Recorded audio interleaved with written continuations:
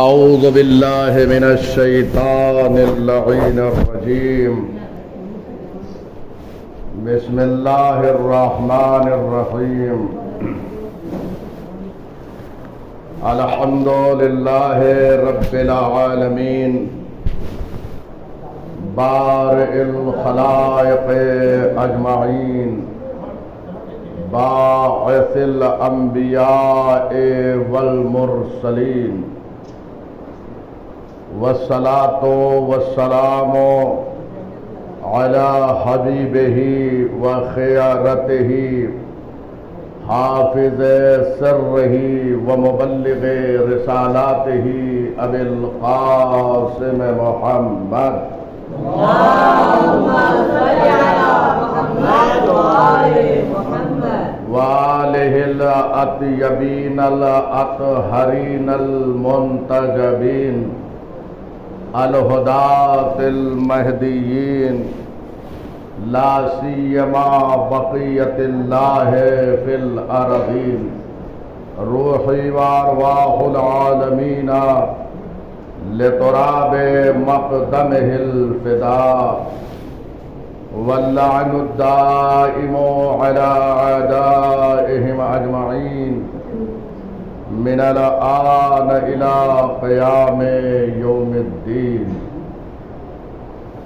اما بعد اوصیکم ونفسی بتقوی اللہ عباد اللہ۔ اے اللہ کے بندو، آپ کو اور اپنے نفس کو تقوی الہی کی نصیحت کر رہا ہوں۔ تقوی الہی انسان کو اطاعت پروردگار پر آمادہ کرتا ہے اور اللہ کی نافرمانی سے روکتا ہے، اور پوری زندگی کا خلاصہ ہی یہی ہے کہ انسان گناہوں سے اجتناب کرے اور اللہ کی اطاعت و فرما برداری کرے۔ ظاہر سی بات ہے، دنیا میں اگر کوئی ایک مختصر نعمت کوئی بندہ کسی کو عطا کر دیتا ہے تو کیسے شکریہ ادا کرتا ہے۔ ایک نعمت کوئی بندہ کسی کو دے دیتا ہے، ایک وقت جو ہے کھانے پر مدعو کر لیتا ہے، تو اس کے گھر سے رخصت ہوتے وقت نہ جانے کتنی بار اس کا شکریہ ادا کرتا ہے۔ لیکن وہ پروردگار جو مسلسل نعمتوں سے نواز رہا ہے، اس کا ہم کتنا شکریہ ادا کر رہے ہیں۔ صرف نعمت یہ نہیں ہے کہ ہم دسترخوان پہ بیٹھ رہے ہیں، اللہ کی عطا کی ہوئی ہر چیز نعمت ہے، اور صرف مادی نعمت نہیں ہوتی ہے، معنوی نعمتیں بھی ہوتی ہیں۔ خود انسان کے وجود میں اللہ نے کتنی نعمتیں رکھی ہیں، اگر ایک نعمت سلب ہو جاتی ہے تو کیا کیفیت ہوتی ہے۔ آپ ان سے پوچھئے جن کے پاس کوئی چیز موجود نہیں ہوتی۔ ایک نابینا سے پوچھئے کہ آنکھ کی قدر و قیمت کیا ہے، ایک گونگے سے پوچھئے کہ زبان کی قیمت کیا ہے۔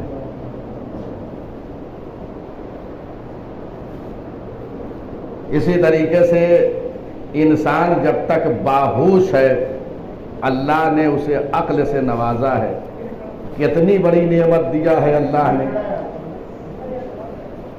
آپ وہ دیکھیے جن کے پاس عقل نہیں ہوتی ہے کیا کیفیت ہوتی ہے۔ جانوروں سے اللہ نے عقل کو سلب کر لیا، انہیں عقل نہیں دی ہے، ان کے وجود میں عقل نہیں رکھا اللہ نے۔ کیا کیفیت ہے جانوروں کی، کوئی قدر و قیمت نہیں ہے۔ انسان کی قیمت جو ہے وہ عقل کی بنیاد پر ہے۔ اور عقل کا کمال یہ ہے کہ وہ رحمان کی عبادت کرے. العقل ما عبد به الرحمن واکتسب به الجنان. عقل وہ ہے کہ جس کے ذریعے سے رحمان کی عبادت کی جاتی ہے اور جنت کو حاصل کیا جاتا ہے. عقل کی اتنی قدر و قیمت ہے. عقل انسان کو عبادت کی طرف، اطاعت پروردگار کی طرف لے جاتی ہے. لہذا یہ جو ہمارا وجود ہے اللہ نے ہمیں بخشا ہے، یہ بھی نعمت ہے، اور جب تک اللہ نے ہمیں اس دنیا میں رکھا ہے اپنی زندگی کو اس کی اطاعت و فرما برداری میں گزاریں. ایک دوسرے کا خیال رکھیں، ایک دوسرے پر رحم کریں، اس لیے کہ اگر آپ رحم کریں گے تو آپ پہ رحم کیا جائے گا، اگر آپ رحم نہیں کر رہے ہیں تو آپ پہ رحم نہیں کیا جائے گا. روایت میں ہے بہت مختصر، ارحم ترحم، یہ دو کلمہ ہے، اس کو ہمیشہ یاد رکھیے. رحم کرو تاکہ تم پر رحم کیا جائے، اور یاد رکھے جو اللہ کے بندوں پر رحم کرتا ہے اللہ اس پہ رحم کرتا ہے. اور اگر اللہ کے بندوں پہ اپنی طاقت کو آزما رہا ہے تو وہ علی کل شیء قدیر ہے. تھوڑا جسم مل گیا، اللہ کے کمزور بندوں پر ظلم کر رہے ہیں، کیا اس لیے طاقت دی ہے؟ کیا اس لیے آپ کو قوت دی ہے کہ آپ جو ہے اس کے کمزور بندوں کو زیر کر دیں، انہیں بے عزت کر دیں اپنے طاقت کی بنیاد پر؟ یہ طاقت کا صحیح استعمال نہیں ہے. اسی لیے ہمارے یہاں ساری دعائیں موجود ہے. مولا الموحدین امیر المومنین حضرت علی ابن ابی طالب علیہ السلام نے جناب کمیل ابن زیاد نخعی کو جو دعا تعلیم فرمائی، یقین جانیے کیفیت بدل جاتی ہے جب انسان پڑھتا ہے اس دعا. انسان کے پاس قوت ہے، طاقت ہے، یہ روز رہنے والی نہیں ہے. آج ہے کل طاقت ختم ہو جائے گی. اگر طاقت ہے بھی تو اس طاقت کو اللہ کی اطاعت میں گزارے اور مزید اس سے دعا کرتے رہیں. قوی علی خدمتک جوارحی، یہ فقرہ دعائے کمیل میں موجود ہے. اس سے دعا کریں کہ پروردگار میرے اعضاء و جوارح کو قوت عطا فرما دے. کس لیے؟ عبادت کے لیے، اطاعت پروردگار کے لیے. اس کی نافرمانی اس سے نہ کریں. یا اللہ نے جسم طاقتور دیا ہے تو پورے اپنے جسم کی توانائی سے اللہ کی عبادت کریں تو آپ کی یہ طاقت جو ہے معتبر بن جائے گی. وَإِلَّا دنیا میں بھی ذلیل ہو جاؤ گے، آخرت میں بھی ذلیل رہو گے. جو بیجا طاقت کا استعمال کرتا ہے، چنانچہ آج دنیا دیکھ رہی ہے جو بیجا طاقت کا استعمال کر رہا ہے دنیا میں ذلیل ہو رہا ہے. اور ایک چیز میں بچپنے سے سنتا رہا ہوں، ایک چیز عرض کر دوں کہ دنیا یہ کہتی ہے کہ جہاں پڑھے لکھے لوگ رہتے ہیں وہاں بڑا سکون ہوتا ہے. ابھی بھی بعض بزرگ حضرات یہ کہتے ہیں کہ آپ رہائش کے لیے ایسی جگہ تلاش کریں جہاں پڑھے لکھے لوگ ہوں. تو ایسے مقام کو لوگ انتخاب کرتے ہیں. تو کیا یہ بتائیے کہ اگر انسان پڑھا لکھا ہو، تعلیم یافتہ ہو تو تنہا تعلیم کافی ہے؟ اگر تنہا تعلیم جو ہے وہ ظلم سے روک لیتی تو آج دنیا کے بڑے بڑے ممالک جو ہے جو تعلیم یافتہ ہیں ان کی کیفیت آپ دیکھ رہے ہیں. اللہ کے بندوں پہ کیسا ظلم کر رہے ہیں، اور اللہ نے بھی انہیں یہ مہلت دی ہے. یاد رہے، ہاں، یہ جو ظالمین حکومت کر رہے ہیں نا، اور سب اپنے آخری مرحلے پہ پہنچ چکے ہیں، سب کی آنکھیں بند ہونے والی ہے. جتنے ظالمین ہیں اس کے بعد کیا کیفیت ہوگی وہ خود جانتے ہیں۔ تو ظلم کے ذریعے سے اپنے وجود کو تاریک نہ بنائیں، اپنے وجود کو روشنی عطا کریں اطاعت پروردگار کے ذریعے سے۔ یہ ہمارا جسم ہے، آج ہمارا کہہ رہے ہیں، میدان محشر میں یہ اللہ جو ہے واپس لے لے گا، مرنے کے بعد یہ ہمارا نہیں ہے، یہ ہمارا ہاتھ ہے، ہمارا نہیں ہے۔ اب ہم ڈاکٹر کے پاس گئے کہ ہمارے ہاتھ میں درد ہو رہا ہے، ہمارا ہاتھ، ہمارا جسم، ہمارا سر، ہمارا کان، ہماری آنکھ، ہماری زبان سب ہماری ہے، لیکن میدان محشر میں ہماری نہیں ہوگی، اس لیے کہ یہی ہمارے اعضاء ہمارے خلاف گواہی دیں گے، ہمارے خلاف گواہی دیں گے۔ قرآن مجید میں سورہ مبارک یاسین میں پروردگار نے یہ ارشاد فرمایا ہے، الیوم نختم علی افواہہم، قیامت کے دن، روز قیامت، لوگوں کے منہ پہ پروردگار مہر لگا دے گا، بند کر دے گا، زبان خاموش ہو جائے گی۔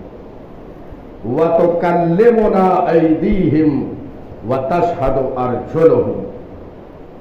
اب میدان محشر میں کیا ہے؟ اب وہاں پر ہاتھ بولیں گے، اگر اس ہاتھ سے خیانت کی ہے تو ہاتھ گواہی دیں گے کہ پروردگار اس نے خیانت کی ہے۔ کس کا ہاتھ ہے؟ آپ کا تھا، اب آپ کا نہیں، اب آپ کے خلاف گواہی دے رہا ہے۔ جو بھی ظلم کیا اس ہاتھ سے میدان محشر میں جو ہے یہ ہاتھ گواہی دیں گے۔ وَتَشْهَدُ أَرْجُلُهُمْ، یہ پیر گواہی دیں گے، بِمَا كَانُوا يَكْسِبُونَ، جو کچھ کیا ہے سب گواہی دیں گے۔ اگر ظالم کی حمایت کے لیے یہ پیر اٹھے ہیں تو گواہی دیں گے۔ شہر میں کسی مضبوط انسان کو دیکھ کر کسی کمزور کے خلاف جو ہے اس کی حمایت کیا ہے تو یہ تمہارے پیر گواہی دیں گے کہ چل کر اس ظالم کے پاس گئے ہیں اور اس ظالم نے ایک مظلوم کو کچل دیا تھا۔ یاد رکھیں،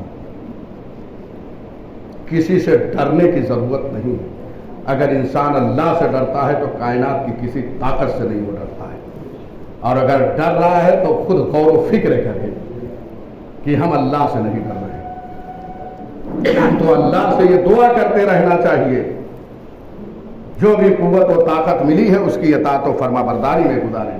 قوی علی خدمت کا جوارحی، پروردگارہ میرے اعضاء و جوارح کو اپنی خدمت کے لیے، اپنی اطاعت کے لیے، اپنی فرما برداری کے لیے طاقت عطا کر۔ اور یہ جو اطاعت کے لیے آپ دعا کر رہے ہیں، جو شب جمعہ ہم پڑھتے ہیں دعائے کمیل کو، پڑھیے، بچوں کو لے کے گھر میں پڑھیے اور معنی مطالب مفاہیم کے ساتھ پڑھیے، تاکہ یہ معلوم ہو کہ ہم اللہ سے کیا طلب کر رہے ہیں۔ بہت سی چیزیں ہمارے وجود میں اللہ نے علاج ہمارا رکھ دیا ہے لیکن ہم نہیں جانتے، لیکن اگر یہ ساری چیزیں پڑھیں تو ساری چیزیں ہم پر عیا ہو جائیں گی۔ جہاں اطاعت پروردگار کے لیے اس کی بارگاہ میں ہم دعا کر رہے ہیں، وہیں پر مولائے کائنات نے پہلے جناب کمیل ابن زیاد نخعی سے یہ فرمایا، جو دعاؤں کی شکل میں ہے، کہ کمیل اللہ کی بارگاہ میں پہلے اپنے گناہوں کا اعتراف کرو۔ اور آپ نے دیکھا دنیا میں اگر مجرم جو ہے سرنڈر ہو جاتا ہے تو پھر وہ مذمت کے قابل نہیں رہ جاتا ہے، اس کی سزا بھی کم ہو جاتی ہے، اور یہ دنیا والے ہیں جو اپنے اعتبار سے، لیکن اس کی بارگاہ میں اگر کوئی سرنڈر ہو جائے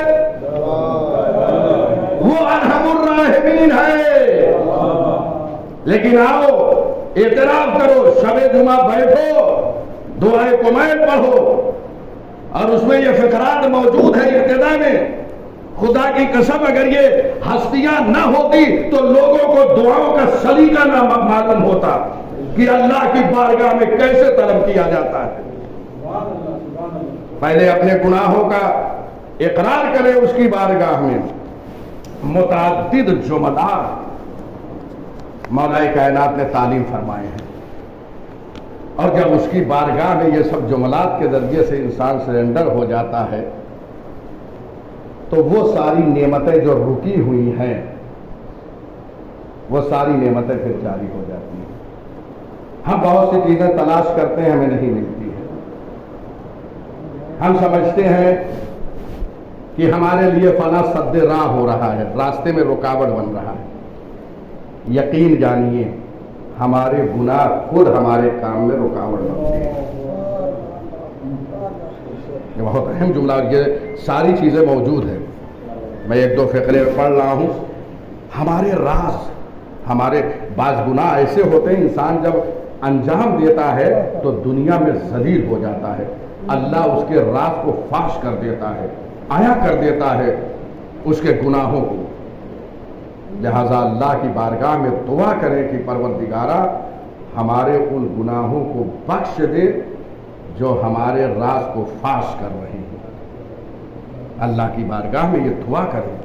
وَإِلَّا یہی کائنات، ایک انسان خدا نہ کردہ ایک ایسا گناہ کر کے آ جائے گھر پہ اور خداوند عالم مسلسل تمہاری نافرمانیوں کی بنیاد پر تمہارے اس گناہ کو عام کر دے تو یقین جانیے کہ کیسے ذلیل ہوگے اس دنیا میں.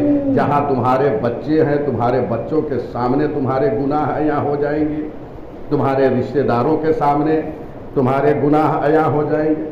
لہذا ابھی وقت ہے کہ ہمیں اللہ کی بارگاہ میں توبہ کرنا چاہیے. فقرہ موجود ہے، اللہم اغفر لی الذنوب التی تحت کل قسم. اے اللہ ہمارے ان گناہوں کو معاف فرما دے جو ہماری عصمت کو ختم کر دے رہے ہیں، جو ہمارے پردے کو فاش کر دے رہے ہیں، ہمارے راز کو فاش کر دے رہے ہیں. دیکھ رہے ہیں یہ جملہ کتنا وزنی ہے، خدا کی قسم. یہ سب کلمات جیسے گھروں میں تصویریں ہم اپنی لگاتے ہیں نا، کہیں گئے اور تصویر لیا اور لا کے لگا دیا. اس تصویر اس لیے کہ آپ تو خود موجود ہے، لگانے کی کیا ضرورت ہے؟ تصویر آپ تو خود اس میں، آپ کا وجود ہے گھر میں. ایسی حدیثیں جا کے بہترین خطاط سے لکھا کر بہترین طریقے سے، پھر خدا کی قسم گھر کا ماحول دیکھیے کیسے بدلے گا. جب آپ کے بچے دیکھیں گے کہ حدیثیں لکھی ہوئی ہیں، آنکھ کھولیں گے، ان کی یہ تربیت کے لیے کافی ہے. اگر ایسے فقرہ بہت سی ہمارے یہاں جو بلائیں آ رہی ہیں، عذاب آتے ہیں، یہ کیوں آتے ہیں؟ یہ سزائیں کیوں مل رہی ہے دنیا میں؟ یہ بلائیں کیوں آتی ہیں؟ ہمارے گناہوں کی بنیاد. اللہ کی بارگاہ میں آ کے توبہ کر لیں، یقین جانیے کہ اب وہ جو بلائیں ہیں وہ ٹل جائیں گی.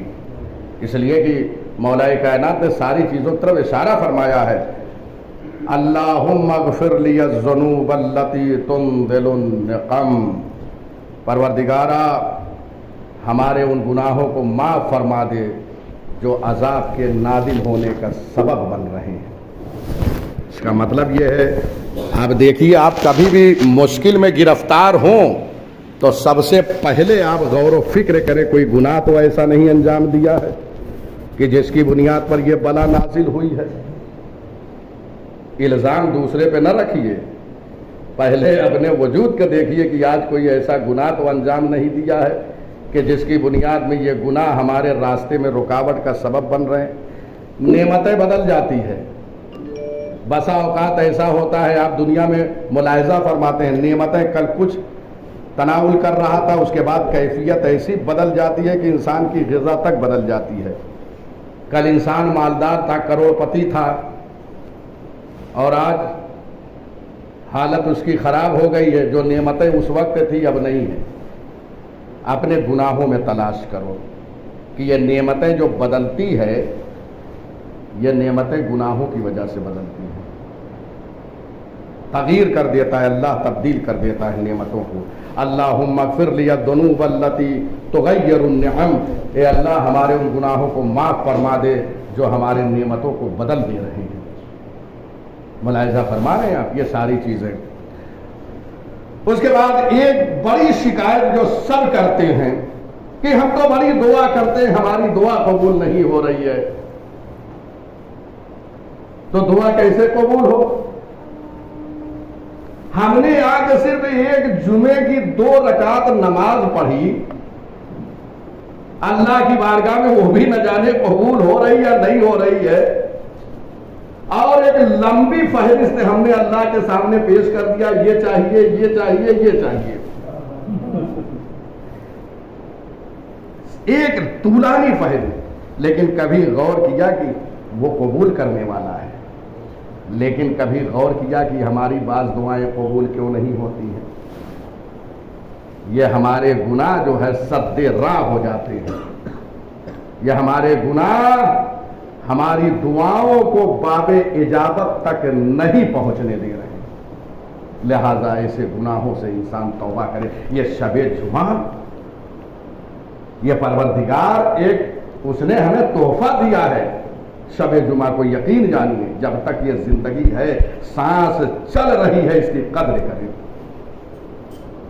اس کے بعد زندگی ختم ہے، پھر آپ ہیں، آپ کے اعمال ہیں، نہ آپ کے بچے کام آئیں گے، نہ آپ کی دولت کام آئے گی، سب دنیا میں رکھی رہ جائے گی اور بچے تقسیم کر لیں گے۔ لہذا کوشش یہ کریں کہ اپنے لیے عمل خیر کر کے جائیں۔ تو 2 چیزیں میں نے خلاصے کے طور پہ عرض کیا کہ ایک تو اللہ کی بارگاہ میں اپنی جسمانی قوت کے لیے دعا کرے کہ پروردگار دیکھیے مریض ہو جاتا ہے، کس کیفیت سے نماز پڑھتا ہے، جب تک اللہ نے طاقت دی ہے اس کی بارگاہ میں، خصوصاً جوانی کی عبادت اللہ کو بہت پسند ہے، اس لیے کہ جب گھر میں کوئی ہماری ویلو نہیں ہو جائے گی، باہر کی خواتین جب اندر آ جاتی ہیں نا، تو اب ہمیں باہر ہی رہنا ہے، اب مسجد ہی اور آسور خانے ہی میں ہمیں رہنا ہے، ملاحظہ فرما رہے ہیں۔ لہذا جوانی کی عبادت اللہ کی نگاہ میں بہت معتبر ہے، ایسے وقت انسان گناہوں سے پرہیز کرے اور اللہ کی۔ اچھا، اس کے بعد آئیے، اب دنیا کہتی ہے، آخری جملہ، دنیا یہ کہہ رہی ہے جناب ہم تو بہت طاقتور ہیں، ہم جس کو چاہے زیر کر دیں، دنیا اسے نہ جانے کیا کیا خطاب دے دیتی ہے، تھوڑا جسم اچھا ہو گیا، لیکن جانتے ہیں، عرض کروں کہ معصوم کی نگاہ میں بہادر شجاع کون ہے؟ ہم نے کسی کا اچھا جسم دیکھا کہ وہ فلاں کو پچھاڑ دے گا تو اسے طاقتور کہہ دیا۔ طاقتور مولا فرماتے ہیں اشجع الناس من غلب ہوا، سب سے زیادہ بہادر لوگوں میں وہ ہے جو اپنے خواہشات نفسانی کو کچل دے۔ آپ کا نفس ایک چیز کی خواہش کر رہا ہے، آپ نفس کی مخالفت کر دیں۔ آپ کا نفس یہ چاہ رہا ہے کہ ہم جو ہے ایسے علاقے میں آ کے آباد ہو جائیں اور ہم بہترین مقام پہ منتقل ہو جائیں اور اولڈ سٹی کو چھوڑ دیں۔ یہ سب مقامات ایسی جگہوں پہ آ کے رہیں، ہمارا نفس کہہ رہا ہے اسی نفس کو کچل دیں کہ پروردگار جہاں بھی مناسب ہے میرے لیے وہاں رکھ، بس اتنی توفیق دے کہ تیری عبادت و اطاعت کروں، تیری بندگی کروں۔ اس لیے کہ جب ایسے مقامات پہ آتا ہے تو انسان دوسرے دنیا کی طرف چلا جاتا ہے۔ تو آپ نے ملاحظہ فرمایا سب سے طاقتور کون ہے؟ اب ایک جملے کے ذریعے سے میں پوری تاریخ سمیٹ رہا ہوں۔ جناب مالک اشتر نخعی، امیر المومنین کے صحابی، اب بہت بہادر، جسمی لحاظ سے تو بہادر تھے ہی، بہت ہی قداور تھے، اللہ نے ان کو جسم دیا تھا، لیکن اطاعت، بندگی، حکم معصوم کے تابع رہتے تھے، وہ ہے مالک اشتر۔ اور صرف جسمانی طاقت نہیں تھی، روح بھی اتنی طاقتور تھی کہ ایک مرتبہ جب روح طاقتور ہو جاتی ہے نا تو جسم کو انسان کنٹرول میں رکھ لیتا، نہیں یہ کمزور ہے، اللہ کے کمزور بندوں پہ ظلم نہیں کرنا چاہیے، روح کے کنٹرول میں رہے۔ جناب مالک اشتر نخعی کون نہیں پہچانتا، ہر جنگ میں امیر المومنین علیہ السلام کے ساتھ رہے، کسی کی ہمت نہیں ہوتی تھی جناب مالک اشتر کے مقابل میں آنے کے لیے۔ کوفے کے بازار سے ایک دن جناب مالک اشتر نخعی گزر رہے ہیں، اب ظاہر سی بات ہے کہ جوان ہر جگہ کچھ نہ کچھ شرارتی ہوتے ہی ہیں. کوفے میں کسی جوان نے ایک پتھر اٹھا کے مالک کی طرف پھینک دیا. مالک اشتر نخی گزر رہے. اچھا وہ پہچانتا نہیں تھا، ورنہ تو ان کے نام کی ہیبت سے کتنے کانپتے تھے. پہچانتا نہیں تھا یہی مالک ہے، اس لیے کہ لباس ایسا پہن کے وہ جا رہے تھے کہ پہچانا نہیں، ایک پتھر پھینک دیا. جناب مالک آپ بتائیے اگر ہمیں طاقت اللہ دے دے ہم کیا کریں گے؟ ہمیں کوئی پتھر مار دے ہے، کوئی یہاں طاقتور ہے اور کسی کو پتھر مارا جائے، لیکن یاد رکھیے آج سے نظریہ بدل دیا. جناب مالک اشتر نخی مسجد کوفہ میں تشریف لے جاتے ہیں، نماز پڑھنے لگتے ہیں. اس نوجوان سے کسی شخص نے، بزرگ نے فرمایا کہ معلوم ہے یہ پتھر کسے مارا؟ کہا نہیں معلوم. کہا یہ مالک اشتر نخی ہے. بھائی یہ سننا تھا کہ اب وہ نوجوان لرزنے لگا، اب کیا ہوگا؟ مالک اشتر کی شان میں جسارت کر دیا، ان کی طرف پتھر پھینک دیا. کیفیت بدلی ہوئی ہے. لیکن عالم یہ ہے کہ یہ جوان جو ہے مسجد کی طرف گیا، دیکھا مالک نماز پڑھ رہے ہیں. وہ بیٹھ جاتا ہے. جب نماز تمام ہوتی ہے آ کے ہاتھوں کو جوڑ کر بیٹھ جاتا ہے کہ مجھے معاف کر دیجیے. جانتے ہیں مالک نے کیا کہا؟ کہا میرا قصد اس وقت مسجد آنے کا نہیں تھا، لیکن تمہاری وجہ سے میں مسجد آیا ہوں. میں آیا ہوں کہ اللہ کی بارگاہ میں 2 رکعت نماز پڑھ کے تمہارے لیے مغفرت کی دعا کروں اللہ سے. یہ ہے مالک اشتر نخی، یہ ہے امیر المومنین کے صحابی. ایسے معاف کر دیا کرو. ہم چھوٹی چھوٹی باتوں میں اپنے عزیز اور رشتہ دار کو کھو دیتے ہیں، بھائی کو کھو دیتے ہیں، پڑوسیوں سے دشمنی کر دیتے ہیں، ایک جملہ نہیں برداشت کرتے. مالک کو اتنی طاقت ہونے کے بعد کہہ رہے تمہاری وجہ سے میں آیا ہوں یہاں پر کہ اللہ کی بارگاہ میں تمہارے لیے طلب مغفرت کروں. ایسے کردار کو سجائیں، خدا کی قسم دنیا سے ایسے جائیں. آج صدیاں گزرنے کے بعد مالک اشتر نخی کا نام تاریخ پہ روشن و منور نظر آ رہا ہے انہی چیزوں کی بنیاد. بسم اللہ الرحمن الرحیم. انا اعطیناک الکوثر فصل لربک وانحر ان شانئک هو الابتر.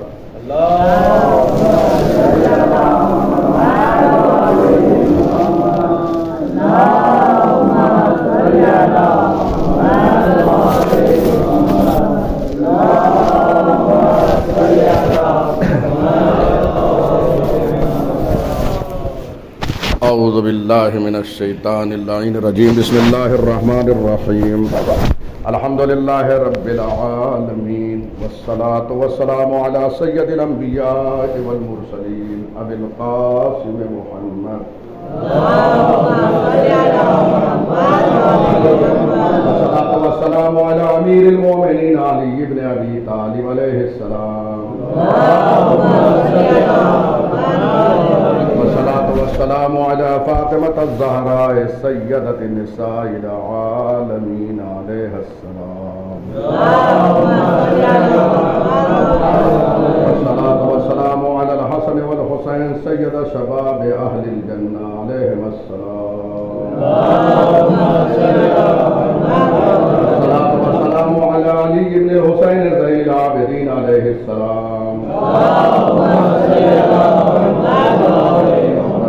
والسلام على محمد بن علي باقي علوم الأولين والآخرين عليه السلام والصلاة والسلام على جعفر بن محمد عليه السلام والصلاة والسلام على موسى بن جعفر عليه السلام والصلاة والسلام على علي بن موسى عليه السلام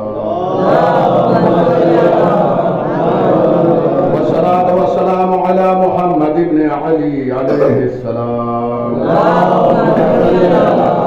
والصلاة والسلام على علي بن محمد عليه السلام والصلاة والسلام على الحسن ابن علی العسکری علیہ السلام والصلاة والسلام على الحجة ابن الحسن القائم المنتظر المهدي عليه السلام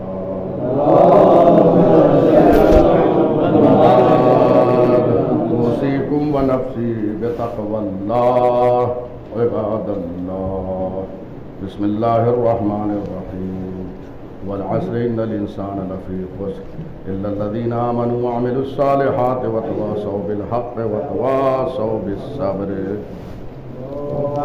بسم